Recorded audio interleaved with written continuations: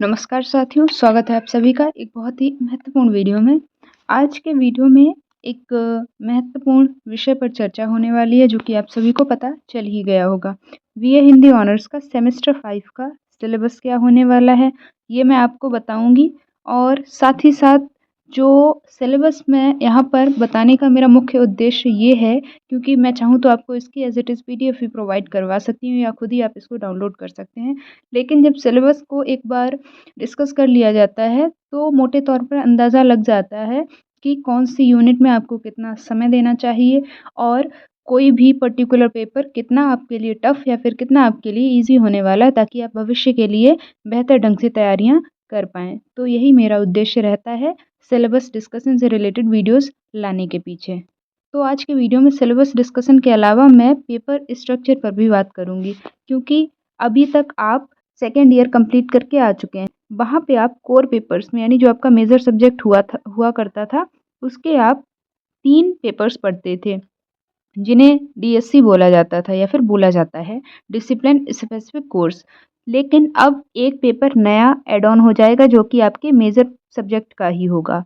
और वहीं जो आप एडिशनल पेपर्स पढ़ते थे, सेक, वैक, एईसी वगैरह, उनमें से एक पेपर डिलीट हो जाएगा या फिर एक पेपर आपका वहाँ से हट जाएगा। तो मैं सबसे पहले आपको ये बता दूँ, आपको अब सेमेस्टर 5 से एईसी का पेपर नहीं पढ़ाया जाएगा, तो ये आपके लिए आराम की बात हो गई है। वहीं यहाँ पे एक पेपर आपका कोर पेपर ऐड ऑन भी हो रहा है। तो इधर बात करूँ, अब आपको एसईसी पढ़ना होगा और वीएससी भी अब आपको नहीं पढ़ना होगा, यानी कि जो वैल्यू एडिड कोर्स था वो भी अब आपको नहीं पढ़ना है और एबिलिटी एनहांसमेंट कोर्स था वो भी अब आपको नहीं पढ़ना है। तो आपको एसईसी यानी कि स्किल एनहांसमेंट कोर्स पढ़ना है और यहाँ पे आपका डीएसई यानी कि डिसिप्लिन स्पेसिफिक इलेक्टिव पेपर नया एड ऑन हो जाएगा, जो कि आपको सेमेस्टर 5 में भी पढ़ना है और सेमेस्टर 6 में भी पढ़ना है। और अगर आप फर्दर कंटिन्यू करेंगे 4th ईयर के लिए तो वहाँ पे भी आपको इलेक्टिव पेपर पढ़ना होगा। तो ये तो अब आपको क्लैरिटी मिल गई होगी कि यहाँ पे आपको 3 तो मेन पेपर्स होंगे, इसके बाद में चौथा पेपर आपकी मेजर सब्जेक्ट का ही होगा, लेकिन वो इलेक्टिव होगा। तो अब मैं सिलेबस पर बात करती हूँ। मैं यहाँ पे आपको आपके जो कोर पेपर्स होंगे, डीएससी पेपर्स होंगे, उनका सिलेबस बताऊँगी, क्योंकि जो इलेक्टिव पेपर होगा वो तो आप खुद से ऑप्ट करेंगे, तो आप में से कई लोगों का डिफ़र भी कर सकता है। अगर आप कहेंगे तो मैं उस पे भी वीडियोज़ बना दूँगी। बाकी मैं अभी बात कर रही हूँ आपके जो डीएससी पेपर्स हैं उन पर। तो सबसे पहला जो आपका कोर पेपर है उसका नाम होने वाला है पाश्चात्य काव्यशास्त्र। अभी तक आप भारतीय काव्यशास्त्र पढ़कर आ चुके होंगे, तो अब आपको यहाँ पे 5th सेमेस्टर में भारतीय काव्यशास्त्र के आगे बढ़कर, यानी कि पाश्चात्य काव्यशास्त्र और पाश्चात्य काव्यशास्त्रीय विद्वानों के बारे में डिटेल में पढ़ाया जाएगा। तो यूनिट वाइज मैं इस पर चर्चा कर लेती हूँ। तो फर्स्ट यूनिट की बात करूँ तो फर्स्ट यूनिट है अरस्तु, जिन्हें अंग्रेजी में एरिस्टोटल कहा जाता है। वही अरस्तु यहाँ पर उन्हीं की बात हो रही है, जिनके गुरु प्लेटो थे। तो अरस्तु ने 3 प्रकार के सिद्धांत दिए थे। एक तो था अनुकरण सिद्धांत और विरेचन सिद्धांत और तीसरा था त्रासदी का विवेचन। यहाँ पे अनुकरण सिद्धांत सबसे ज़्यादा महत्वपूर्ण हो जाता है, तो इसको आपको ध्यान से पढ़ना चाहिए। दूसरे हैं लोजाइनस, जिनको उदात्त सिद्धांत का प्रवर्तक माना जाता है और उदात्त सिद्धांत काफ़ी महत्वपूर्ण भी है। इसके बाद में सेकेंड यूनिट की बात करूँ तो सेकेंड यूनिट का जो फर्स्ट टॉपिक है वो है वर्ड्सवर्थ और कॉलरिज। इनके द्वारा एक सिद्धांत दिया गया था स्वच्छंदतावाद का, जिसको अंग्रेजी में रोमांटिसिज्म भी कहते हैं। तो इसको आपको विस्तार से पढ़ाया जाएगा। इसके बाद में टी एस इलियट आपको पढ़ाए जाएंगे। इनका सिद्धांत मतलब इनके 2 हैं, एक तो है परंपरा और व्यक्तिक प्रज्ञा, दूसरा है निर्वैयक्तिकता का सिद्धांत। तो ये आपको टी एस इलियट और वर्ड्सवर्थ और कॉलरिज के सिद्धांत इस तरह से पढ़ने होंगे। आगे बात करूँ थर्ड यूनिट की, क्योंकि अभी तक सेकेंड यूनिट तक आप 4 विद्वानों के सिद्धांत पढ़ने होंगे। काव्यशास्त्रीय विद्वान हैं पाश्चात्य के, उनके आपको सिद्धांत पढ़ने होंगे। उसके अलावा थर्ड यूनिट और फोर्थ यूनिट में कुछ और चीज़ें पढ़ाई जाएंगी, जैसे कि थर्ड यूनिट में आपको स्वच्छंदतावाद, यथार्थवाद और संरचनावाद का सामान्य परिचय पढ़ना होगा। अब इसमें बात करूँ तो स्वच्छंदतावाद और यथार्थवाद ज़्यादा इंपॉर्टेंट है। अब इन दोनों में भी स्वच्छंदतावाद को आपको ज़्यादा ध्यान से पढ़ना चाहिए, क्योंकि एग्जाम में ये बहुत बार पूछा गया है। इसके बाद में फोर्थ यूनिट की बात करूँ तो फोर्थ यूनिट में आपको काव्य के कुछ उपादान पढ़ाए जाएंगे, जैसे कि बिंब क्या है, प्रतीक क्या है, विसंगति क्या है, विडंबना, मिथक और फैंटेसी। इन पर आपको विस्तार से पढ़ना होगा। इसमें भी अगर इम्पोर्टेंट की बात कर दूं तो इसमें आप विसंगति और विडंबना में काफ़ी कन्फ्यूज़ होंगे, तो इन दोनों को आपको ध्यान से पढ़ना चाहिए। बाकी बात करूँ तो फैंटेसी काफ़ी बार रिपीट हो चुका है एग्ज़ाम्स में, तो फैंटेसी आपको ध्यान से पढ़ना होगा। तो बाकी तो आप ख़ैर सभी पढ़ें तो ज़्यादा बेटर है, लेकिन मैंने जो मार्क किए हैं वो तो आपको और भी ज़्यादा ध्यान से पढ़ने होंगे जब आपको पढ़ाए जाएँ, या फिर जब आप खुद से पढ़ें तो इनको काफ़ी ध्यान से अंडरलाइन करते हुए पढ़ते चलिएगा, क्योंकि विसंगति और विडंबना में बहुत ज़्यादा कन्फ्यूज़न क्रिएट होती है। अब बात कर रही हूँ दूसरे पेपर पर। आपका जो दूसरा कोर पेपर रहने वाला है वो होगा आपका DSC 14, जिसका नाम होगा आधुनिक हिंदी कविता छायावादोत्तर। यानी कि छायावाद युग के पश्चात अभी तक आप हिंदी कविता में छायावाद तक के कवियों को पढ़कर आ चुके हैं, और छायावाद की कुछ कविताएं भी आपके सिलेबस में लगाई गई थी जो कि आप पढ़कर आ चुके होंगे, जिसमें कि भारतेंदु की मुकरी पढ़ाई गई थी, और इसी तरह से आपने मैथिली शरण गुप्त को भी पढ़ा होगा। लेकिन अब यहाँ पर आपको छायावादोत्तर युग के जो कवि हैं और कविताएं लिखी गई हैं वो आपको पढ़नी होंगी। कुल मिलाकर मैं कहूँ तो यहाँ पर आपको नई कविता और प्रयोगवाद के कवियों का लेखा-जोखा देखने को मिलेगा, तो इस पर चर्चा कर लेते हैं। तो इसके अंतर्गत पहली यूनिट जो होने वाली है, वो होने वाली है नागार्जुन की। बाबा नागार्जुन का नाम आप सबने अवश्य सुना होगा, काफ़ी महत्वपूर्ण कवि हैं हिंदी साहित्य जगत के। मैं आपको बता दूँ, ये जो कविता का पेपर है, इसका सिलेबस थोड़ा-सा विस्तृत होने वाला है, लेकिन कविताएँ सारी ही बहुत इंटरेस्टिंग कविताएँ आप पढ़ेंगे तो वाक़ई में आपको काफ़ी मज़ा आने वाला है, अगर आप कविताएँ पढ़ने के शौकीन हैं तो। तो पहली यूनिट में पहली कविता है, मतलब पहले कवि हैं बाबा नागार्जुन, जिनकी 3 कविताएँ आपके सिलेबस में लगाई गई हैं। पहली तो है सिंदूर तिलकित भाल, यहाँ पर भाल का अर्थ होता है माथा। कुल मिलाकर ये जो कविता है कहीं न कहीं अपनी प्रेमिका, अपनी प्रेयसी को संबोधित करते हुए बाबा नागार्जुन ने लिखी है कि किस तरह से वो शहर में रोज़गार की तलाश में गए हुए हैं, और वहाँ पर वो अपने गाँव को, खेत खलिहानों को, अपनी प्रेमिका को या फिर पत्नी को याद कर रहे हैं, उनकी स्मृति में डूबे हुए हैं। अपनी पत्नी के मस्तक पर, यानी कि जो माथे पर लगे हुए सिंदूर को याद कर रहे हैं। तो वहीं यहाँ पर कविता का शीर्षक भी उसी प्रकार से बाबा नागार्जुन ने दिया है। इसके बाद में बाबा नागार्जुन की जो दूसरी कविता है वो है उनको प्रणाम। उनको प्रणाम जो कविता है बेसिकली इसमें उन सभी लोगों को, जैसे जो ऐसे लोग हैं जो उस ऊंचाई तक नहीं पहुंच पाए जहां पर अन्य लोग पहुंच गए, लेकिन संघर्ष उन्होंने भी उतना ही किया, तो यहाँ पर उन व्यक्तियों को समर्पित है ये कविता। और इसके बाद में तीसरी कविता है दुखरन मास्टर। ये कविता थोड़ी सी मार्मिक कविता है, इसका भावार्थ काफी गहरा है। इसके बाद में फर्स्ट यूनिट के सेकंड जो कवि हैं, दूसरे कवि लगे हुए हैं, वो हैं गिरिजा कुमार माथुर जी। इनकी 2 कविताएं हैं, दोनों लगभग समान अर्थ का वहन करती हैं या फिर समान भावना का वहन करती हैं। पहली कविता है 15 अगस्त और दूसरी कविता है हम होंगे कामयाब एक दिन। ये तो खैर गीत है जो आप सबने सुना होगा, हालांकि ये अनुवाद है। अब बात करूं सेकेंड यूनिट के, तो सेकेंड यूनिट में भी आपके 2 कवि लगे हुए हैं। पहले तो हैं सच्चिदानंद हीरानंद बादशायन अज्ञे और दूसरे हैं रघुवीर साहेज। तो अज्ञे की 3 कविताएं आपके सिलेबस में लगाई गई। पहली कविता है यह दीप अकेला, बहुत ही सुंदर कविता है। इसका बेसिकली जो अर्थ है मैं मोटे तौर पर आपको समझाने का प्रयास करूं तो ये है कि व्यक्ति और समष्टि, यानी कि व्यक्ति और समाज का एक बहुत ही गहरा अंतर संबंध होता है। अरस्तु ने भी ये बात कही है ना, एरिस्टोटल ने, कि व्यक्ति एक सामाजिक प्राणी है, मनुष्य एक सामाजिक प्राणी है, यानी समाज से हटकर वो नहीं रह सकता। और ये कविता जो है यह दीप अकेला स्नेह भरा है, गर्भ भरा मदमाता पर इसको भी पंक्ति को दे दो, ये भी कविता समान अर्थ का ही वहन करती है कि व्यक्ति समाज से कटकर नहीं रह सकता है। इसके बाद बात करूं तो अज्ञे की दूसरी कविता आपको पढ़ाई जाएगी कलगी वाजरे की। इस कविता से अज्ञे ने अपनी प्रेयसी को नए उपमान दिए हैं, और जो पुराने उपमान मैले पड़ गए हैं कहीं ना कहीं उस तरह से कविता को प्रस्तुत किया है कवि अज्ञे ने। तीसरी कविता जो अज्ञे की है वो है नदी के द्वीप। ये कविता और यह दीप अकेला दोनों ही लगभग समान अर्थ लिए हुए हैं। अब बात करूं तो दूसरे जो कवि हैं दूसरी यूनिट के, वो है रघुवीर साहे जी, जिनकी 2 ही कविताएं आपके सिलेबस में लगी हुई हैं, लेकिन इसमें रामदास कविता बहुत ही मार्मिक कविता है, कारुणिक कविता है। आपको इसे पढ़कर रोना भी आ सकता है, क्योंकि वाकई में ये कविता बहुत ही खूबसूरती से लिखी है रघुवीर साहे जी ने, कि एक जो आम आदमी है, लोअर मिडिल क्लास का व्यक्ति है, उसकी स्थिति कैसी हो जाती है, इस समाज के भ्रष्टाचारियों द्वारा उस व्यक्ति को कैसे छला जाता है, उसकी कोई गलती न होने के बावजूद भी। ये आपको ये कविता पढ़कर पता चलेगा। इसके बाद में दूसरी कविता साहे जी की है, दयावती का कुनबा।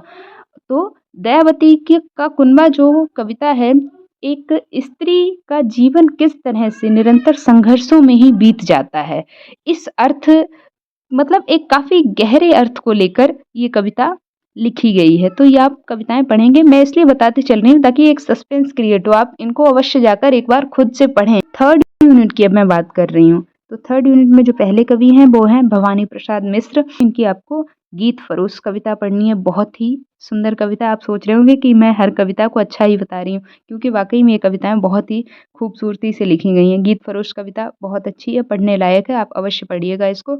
इसके बाद में चकित है दुःख, ये थोड़ी-सी मतलब आपको बोरिंग सी लग सकती है, लेकिन अच्छी कविता है। बुनी हुई रस्सी, ये कविता भी अच्छी है, लेकिन गीत फरोश इन दोनों की तुलना में आपको पढ़कर आनंद आएगा। इसके बाद में जगदीश गुप्त दूसरे कवि हैं तीसरी यूनिट के। इनकी आपको 3 कविताएँ पढ़नी है। पहली तो है सच हम नहीं, सच तुम नहीं, दूसरी है वर्षा और भाषा, तीसरी कविता है आस्था। ये कविताएँ क्योंकि मैं आपको बहुत ही सच्चाई बता रही हूँ, तो हो सकता है आपको जगदीश गुप्त जी की कविताएँ उतनी रुचिकर ना लगें जितनी बाकी कवियों की लगी हैं। हो सकता है लगें भी, क्योंकि अपना-अपना इंटरेस्ट है और अपना-अपना टेस्ट है, तो आप खुद ही पढ़ेंगे तो खुद ही आप उस हिसाब से देखिएगा। बाकी मैं अगले यूनिट की बात करूँ तो 4th यूनिट में भी 2 कवि लगे हुए हैं। पहले तो हैं केदारनाथ सिंह जी और दूसरे हैं कुंवर नारायण जी। केदारनाथ सिंह जी की 3 कविताएँ आपके सिलेबस में लगाई गई हैं। पहली तो है सुई और तागे के बीच में। ये कविता काफ़ी मार्मिक कविता है। कैसे एक माँ से उसका बेटा बिछड़ जाता है, कैसे एक माँ जो है गाँव में रह रही है और उसका बेटा रोज़गार के लिए यानी नौकरी के लिए शहर चला जाता है, तो वो माँ कैसे दिन-रात मतलब हर एक क्षण को गिन-गिन कर बिताती है कि कब उसका उसके बेटे से मिलना हो पाएगा। और दूसरी कविता है पानी की प्रार्थना, तीसरी कविता है अंत महज़ एक मुहावरा है। अंत महज़ एक मुहावरा काफ़ी छोटी कविता है और पानी की प्रार्थना कविता जो है कहीं न कहीं पर्यावरण की समस्या को लेकर लिखी गई है। इसके बाद में जो कुंवर नारायण कवि हैं, 4th यूनिट के दूसरे कवि, उनके द्वारा भी 3 मतलब 2 कविताएँ उनके द्वारा लिखी गई हैं जो कि आपके सिलेबस में लगी हुई हैं। पहली कविता है एक वृक्ष की हत्या, ये पुनः पर्यावरण की समस्या को लेकर ही, जो प्रदूषण की समस्या दिन-ब-दिन बढ़ती चली जा रही है, उसको लेकर ही लिखी गई है।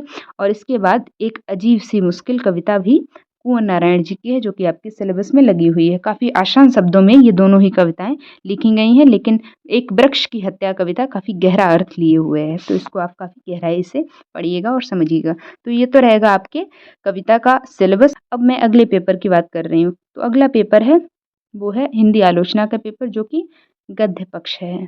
ये पेपर जो है, जितना ही कविता का पेपर इंटरेस्टिंग है, हिंदी आलोचना का पेपर भी इंटरेस्टिंग है, लेकिन डिपेंड करता है, किसी-किसी को कविताएँ पढ़ना ज़्यादा पसंद होता है, वहीं किसी को गद्य पक्ष पढ़ना ज़्यादा पसंद होता है।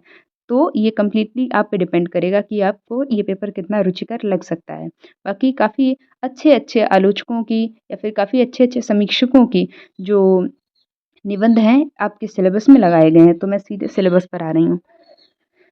पहली यूनिट की बात करूँ, मतलब हिंदी आलोचना का विकास है, वही लगाया गया है, जिसको आप देख सकते हैं 3 कालखंडों में, मध्यकालीन, आधुनिक और समकालीन।